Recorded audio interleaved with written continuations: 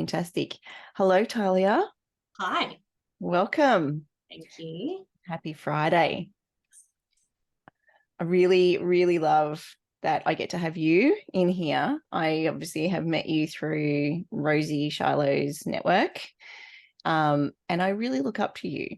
And I was really quite grateful, actually, when I had you. There's everybody who's coming in to have these chats.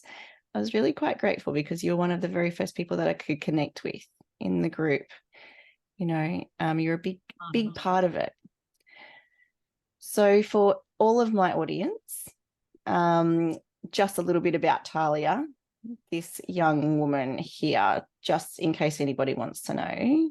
She is a powerhouse, but Tahlia's bio reads like this, and she is wild. She tried to tell me she's not wild.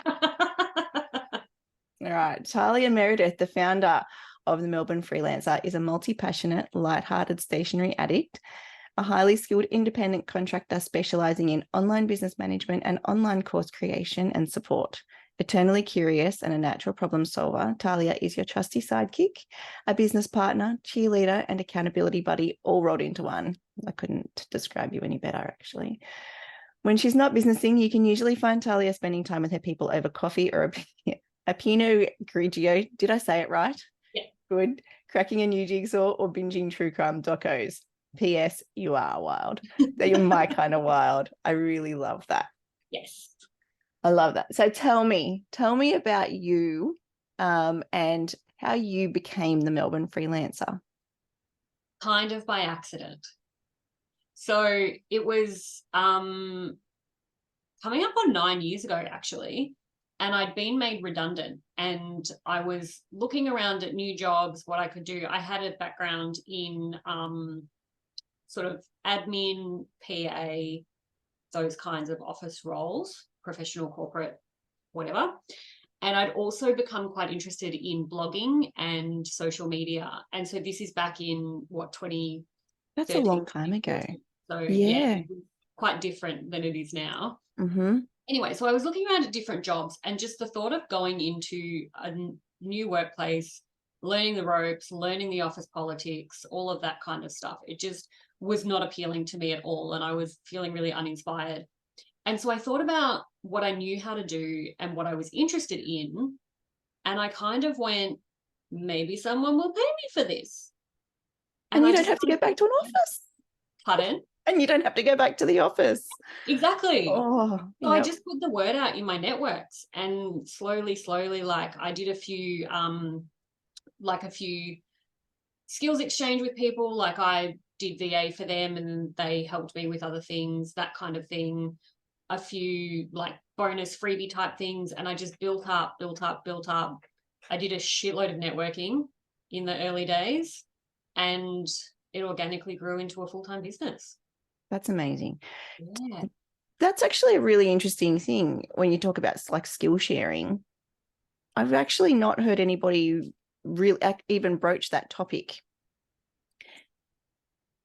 In the beginning, how much skill sharing did you do to really, I suppose that is a big part of networking and it's a really simple way of doing it. I suppose these days everybody kind of looks at collaboration.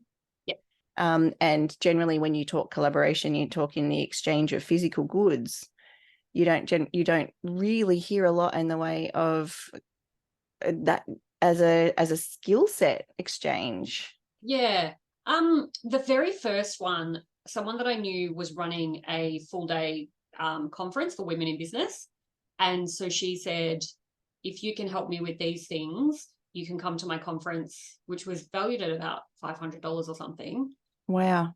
Put you in the room with people who could be your client, that kind of thing. And so I helped her with her social media and creating the program that went with the conference, like designing that and things like that. And so it's hard to, when you do things like that, it's hard to figure out kind of an equal exchange sometimes. Mm-hmm. But as long as it's very clear and everyone knows what they're getting, it can work really well when your budget is tight or when you're looking to break into something new. Yeah. Like that.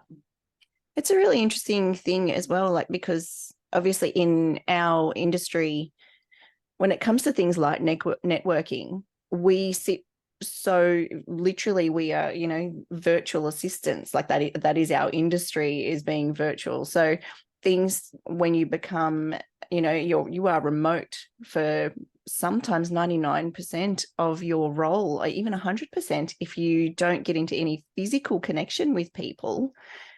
How do you find yourself networking now? Like, obviously I suppose you could be classed as being vintage, Yeah. vintage VA, Yes. because that's a long time to be in this space. That's a really long time. So how do you find networking now? Do you keep a lot of it virtual? Do you still get out there and do physical in-person events? A bit of both. I didn't do it for a long time. Once I sort of built up a client base, I pulled back on networking, mostly for the time, you know, like I thought it's better for me to work on my client work rather than get out and about. But in the last 12 to 18 months, I've really been rethinking that, because your network is so important just for connection and support. So it's not about getting business. And I think the best way to network is to go into it with that mindset.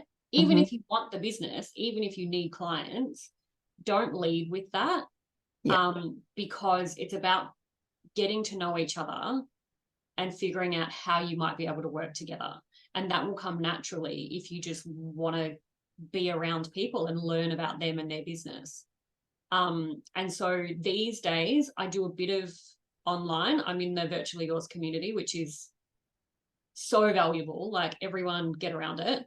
Yeah. And then I also Couldn't agree like to more. go to informal events. That works really well for me. Like, there's one, the Victorian Small Business Network, and they do local coffee events, you know, so they're, you know, in 2 weeks on a Wednesday at this cafe, come along, meet people, have a chat. And that works really well for me. I'm a bit less interested in things like your BNI or your fresh networking, where it's a bit more structured and about exchange of business. That's not my vibe. Yeah, it's a really valid thing. And I think as well, it breaks down the isolation. I mean, especially for people, I can say confidently, like people like us that lived through, you know, nearly 2 years of lockdowns. That isolation in itself was completely different, but it also shed light on the solitude of being a solopreneur, you know, especially if you're not somebody who's within a team environment. You've only really got that kind of that virtual connection with people. So the importance of being out to physically connect with people and socialize, even if you can only do it once a month or whatever, every couple of months, just to break down that isolation. Yeah. Mental health perspective. Yes. Huge. So big. Yeah. So as a VA, obviously you've been around the game for so long now. If I could take you back to the very beginning, what is some advice that you would give early days, Tahlia? Get good money advice. Mm. So one of the biggest mistakes I made was setting my prices too low. Oh gosh, I'm like, this is Didn't a big one. Yeah, I didn't Yep. understand how to do it. Do you know what I did? I looked at my pay stub from my last real job, and I think that was about $37 an hour or something. And I went, oh, okay, got it. But I'm new at this, so probably it should be less than that. And so I dropped it down. And I just, because what people don't think about is we have to pay our own super, we have to pay our own overheads. Yep. We have to pay our own annual leave, sick leave, or cover it somehow. If we don't work, we don't earn. Yep. And tax planning. At the end of the first year, when I got a tax bill, I was not aware that would happen, which it feels so naive to say, but anyway. And so I got this big bill. I hadn't planned for it. I didn't have anything set aside for it. And so those mistakes set me back quite a way. And the other thing that happens when your prices are too low is, ironically, you tend to attract clients that don't value you. And the resentment builds fast. So as well as the literal effects that it has, that it's really hard just to make ends meet, it also sets up more of the like mental load that makes the whole thing unpleasant as well. And that's a big talking point across, that's coming out a lot. I mean, as the economy kind of has the big ebbs and flows at the moment, Yep. there's a lot of discussion about, well, understanding your value, not just from a financial perspective, but your skills, like what you can bring to the table, but the comparison between us as Australian-based virtual assistants in comparison to, you know, what can be paid if you were to outsource overseas. But it opens up a really big, I suppose it's a can of worms. I remember when I first started, I had my prices set at $30 an hour. And when I did a couple of different programs, and one of them had actually said, when you're brand new, set your prices really low. And here's a great starting point, between $25 to $30 an hour. And I will never forget I can't forget it. The very first job lead that I applied for, the feedback I got was that the person that they went with actually charged twice the amount. And she took that person on because based on their price, she could see that they believed in their skills. And I was like, I was gutted. It took me weeks. And then that was when I found Rosie. It was like the universe just kind of put her in my place, and she kicked my butt like instantly. And she kicked it really hard. She was like, no, you need to believe in yourself. You are worth so much. Like, this is a standard rate. She's like, could you survive on $30 an hour? And I was like, well, no, I wasn't even getting $30 an hour at my previous job. And she's like, well, you've got to pay tax.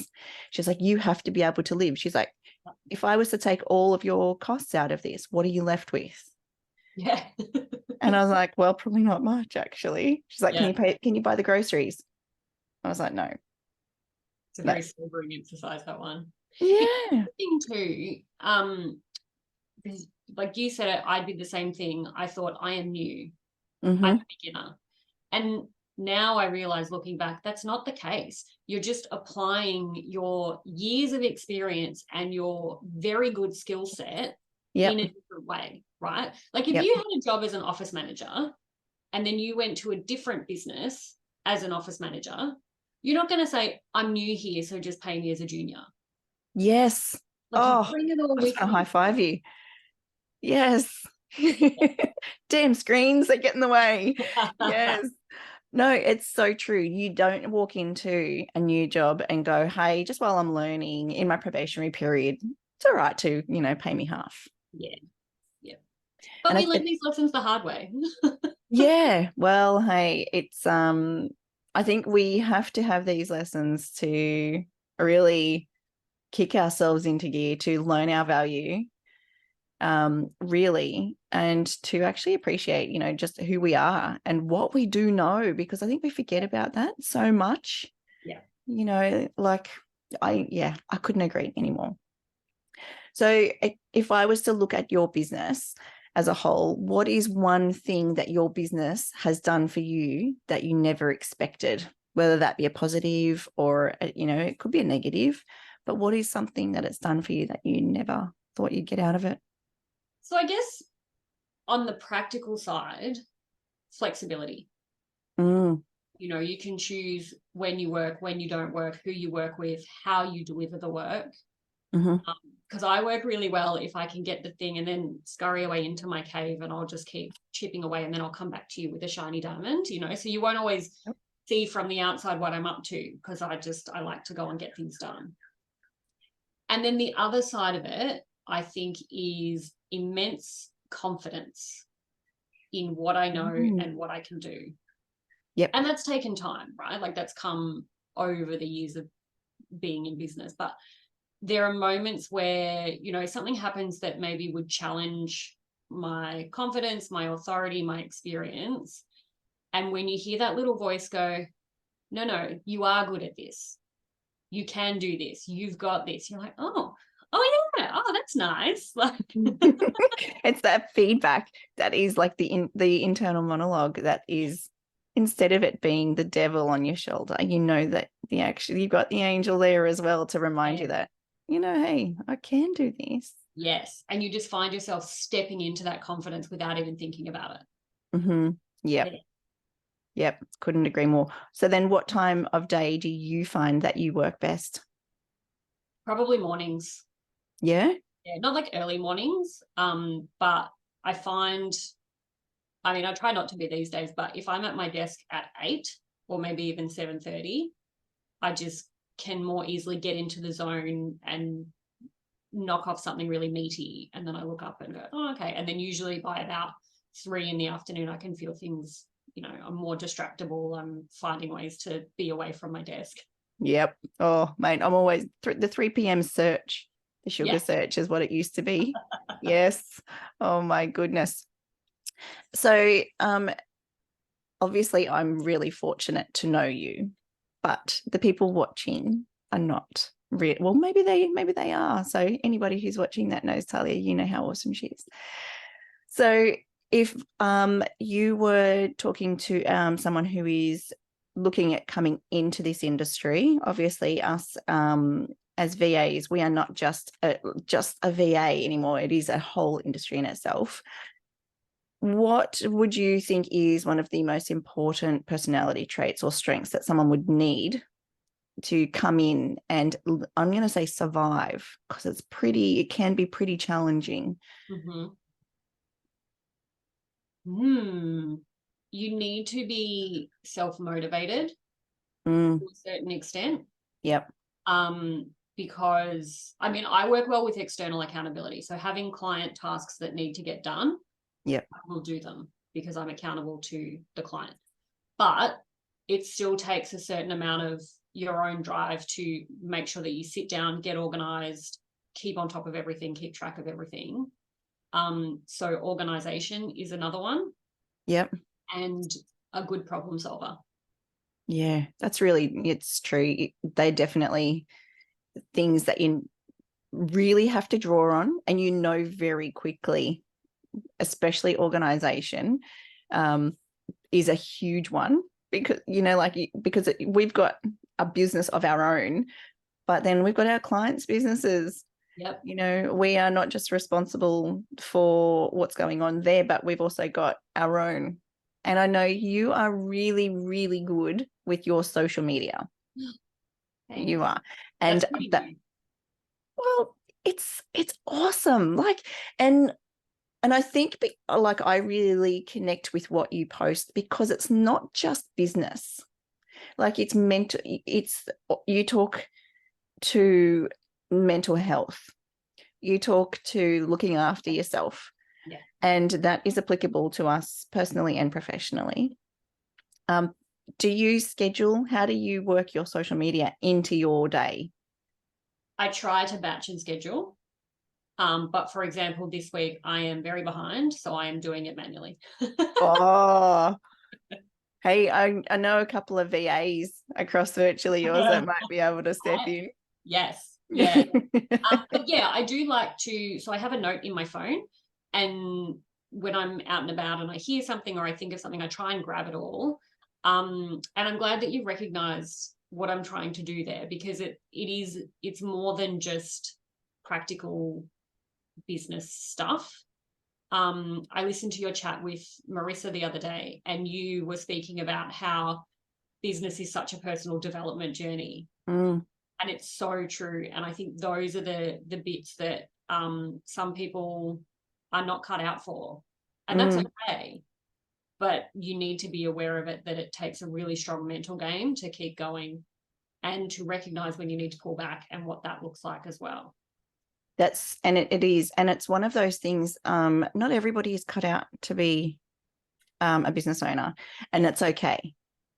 Because it takes, I hate the word resilience. I loathe the word resilience, but it takes a very resilient human to be a business owner. Yeah. You need to be adaptable. You've got to have thick skin. That's it been such a big, big thing I've learned. Even when it comes to the little things, to look at,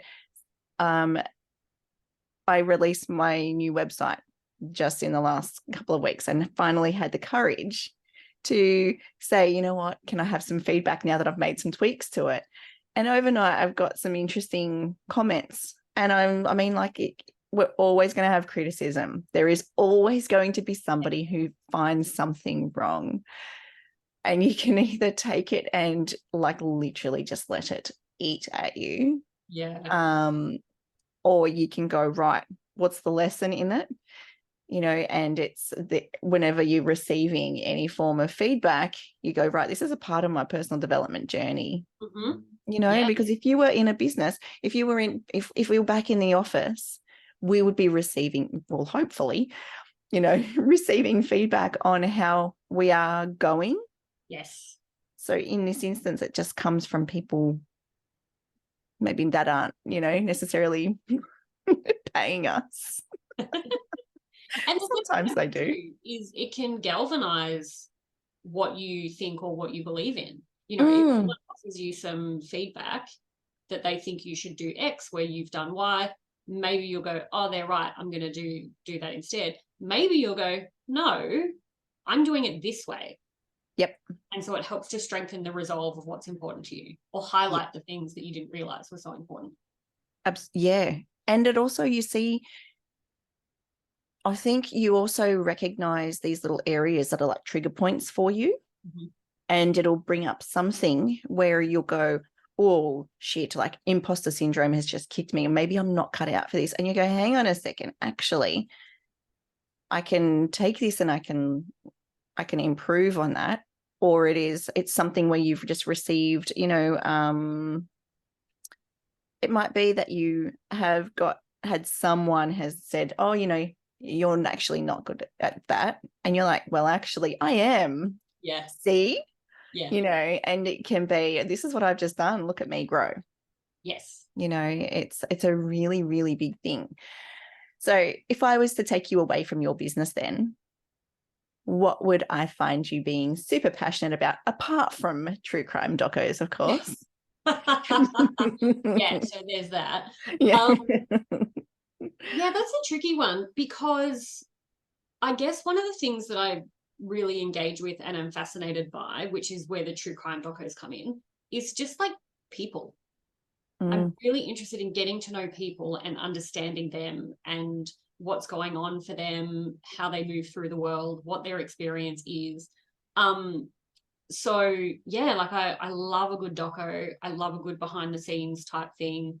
And something I did a post on my Instagram a little while ago about things that you shout about. And so one thing that I've noticed more over the last few years particularly is apparently I'm becoming much more of a vocal feminist, which I didn't realize. But then when I pay attention to what makes me really angry or hurts me in my heart, it's when basically all the barriers that women bump up against. Yep. And the way that even though it's been part of the public conversation for such a long time, there's still all these things happening and things said about women and the inequality, like all the things that just, yep. And I guess as I'm getting older too, I'm much more comfortable going, yeah, no, that's who I am. And if that turns you off because you've got ideas about, you know, angry women yelling or whatever, then great, okay. But I'd love to have a conversation if we can. But yeah, and that's where you open up. And it doesn't have to become an argument. But that debate around tell me more is where the change comes. Yes. And if you can step into that with an open mind and an open heart and go, you know what, I'm here to learn. Yes. And that's what a healthy debate is really about. It's about actually recognizing and seeing the other person's viewpoint. Yes. While you may not agree necessarily, you can learn to understand it.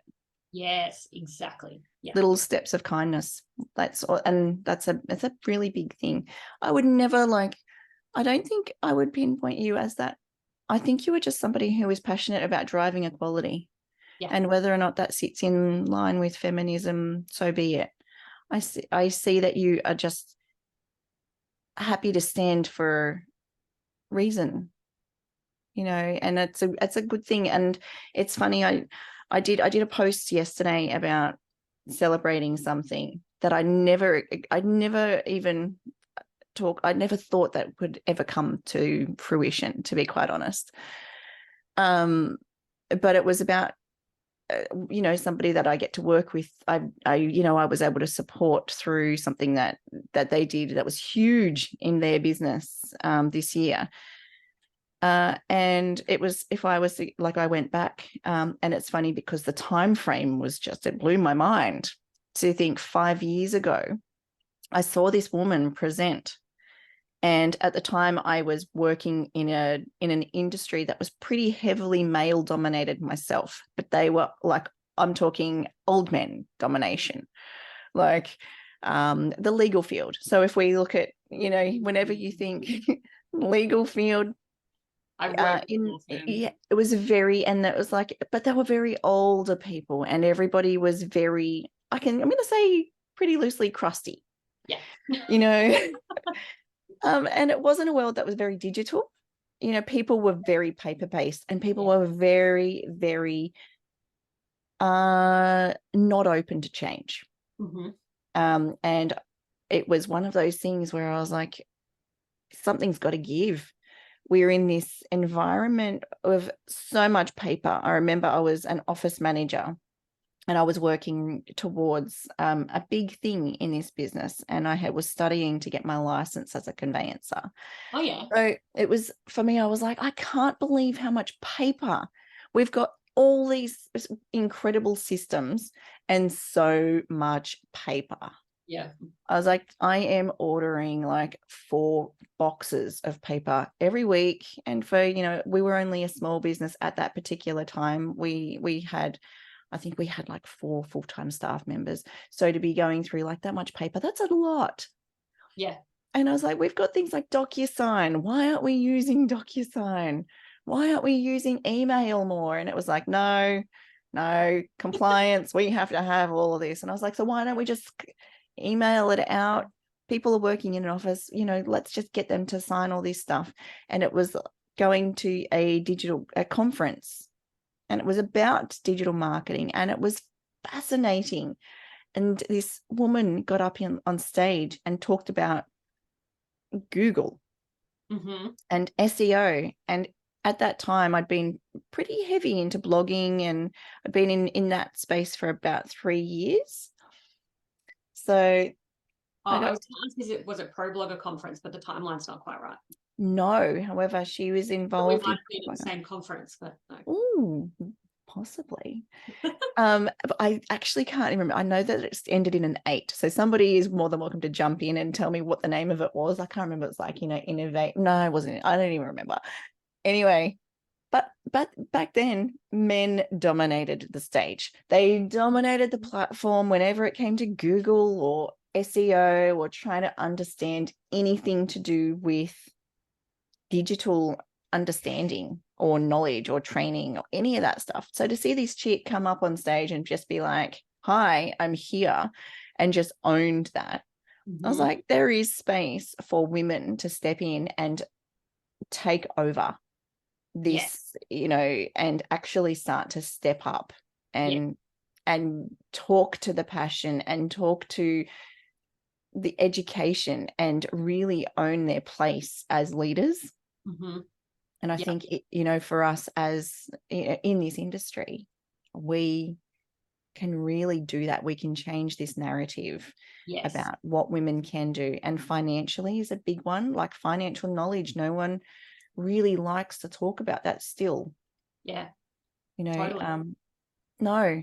And I think that's a really big thing, like, because, like you've just shared your lesson, hearing that that's starting to come out more and more, but still not enough.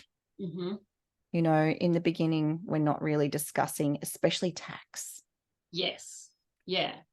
And how you plan for it. And the other thing that I would love to hear about more from people, and there are people, like, I'm a huge fan of Denise Duffield Thomas, and she's very open about this.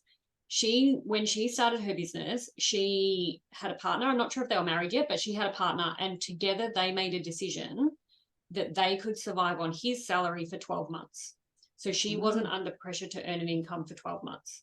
Yep. which very much changes the decisions that you make, how you are able to spend your time, how you grow your business. Whereas if perhaps you don't have other sources of income for your household, probably under more pressure to get paying clients fast, Yeah. which might mean that you make a decision to accept a lower rate or those kinds of things. Yeah. And I just think it would be so useful if people had a better understanding of the full picture. Yeah. So that if someone comes out and says, I built my business to 6 figures in 9 months, amazing, regardless. But if they had other sources of income to help support them do that, that's a very different picture from someone who their business is their sole income. That's so true. And I think there's a lot of that drive at the moment about being booked out. Yeah. And I was at capacity, within 2 weeks of launching my business. I just read a post about that this morning and I gagged a little. Yeah.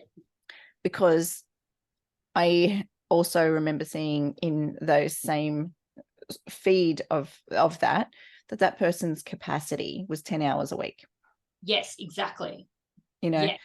So we all have a different level of success, a different level of capacity, like in what we can take on, because if you are a solo person with no children, you don't have dependents. So your available hours in the week or your billable hours could be, I wouldn't say it's like it's comfortable, but you could be sitting at 35 hours a week.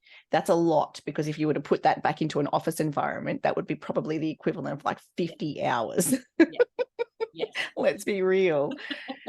But if you were to be really solidly comfortable with your billable hours, like mine sit at 20, at the moment, it's about 25 hours a week.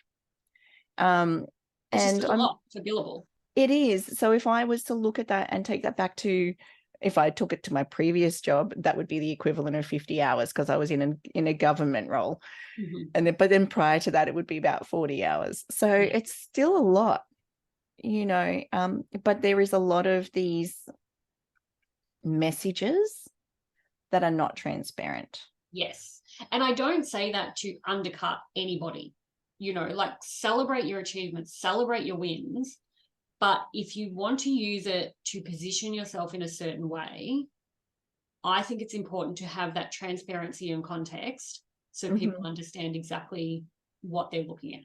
Yeah, exactly. And that's a really, really big thing, because we really need to understand, if you get to 6 figures, there is always going to be is that 6 figures of profit, or is that literally is that your total revenue?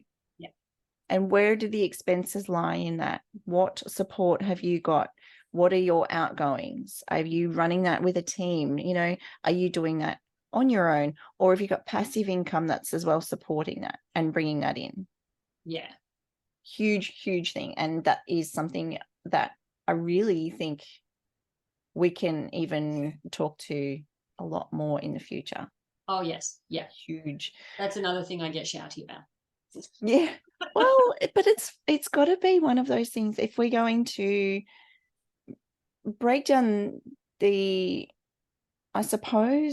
break down some of these barriers that we're starting to come up against now, we need to be a bit more real, without fear. And that's another thing that there is a lot of. There's a lot of fear. If I say something wrong, I'm going to deter people. Yeah. Well, maybe, maybe you are. Maybe you're going to deter the people that are not the right people for your values. Exactly. Yes. I talk about this with a friend of mine all the time when I'm trying to decide, if I should take on a particular project or go down a certain path, and something says to me that maybe it's not quite the right fit, but whatever. And she always says to me, like, don't do it then, create the space for the right thing. And I've been really fortunate that when I do that, I get rewarded, because then the right thing turns up. Sometimes it's easier said than done, right? But when it works out that way, it's a really nice little like confirmation that if you can stay focused on what really works for you, it's gonna work out. Yeah. And don't give up. Yes. Just because you've got a no, you can't. If you were in the real world, as my 8-year-old consistently says, when I was going to get a real job. But if you were in the real world and you were out there applying for jobs, you don't stop at one no. You don't stop at one no. You just keep on going. Yeah. And that is a big thing. And I suppose that really does come back to our resilience, and knowing our worth, but trusting ourselves. Yes. As well. Yes. Yeah. That's it's a great big way to put it. Now, for anybody who would like to connect with you, where can they find you online? All the places. Well, most of the places. So I'm on LinkedIn, Facebook, Instagram. I'm probably most present on Instagram. So just all my handles are the Melbourne Freelancer. So come over, say hi, slide into my DMs. Yes. Always happy to have chats. I know. And I love that about you. You're so supportive of everybody. And you're just like, you between yourself and Rosie. Oh my goodness. You make me all emotional. Awesome. Well, my love, it was so good to speak with you. Yes. And I can't wait to share you with everybody. So again, if you want to connect with Tahlia, you know where to find her, the Melbourne Freelancer, across all of the socials.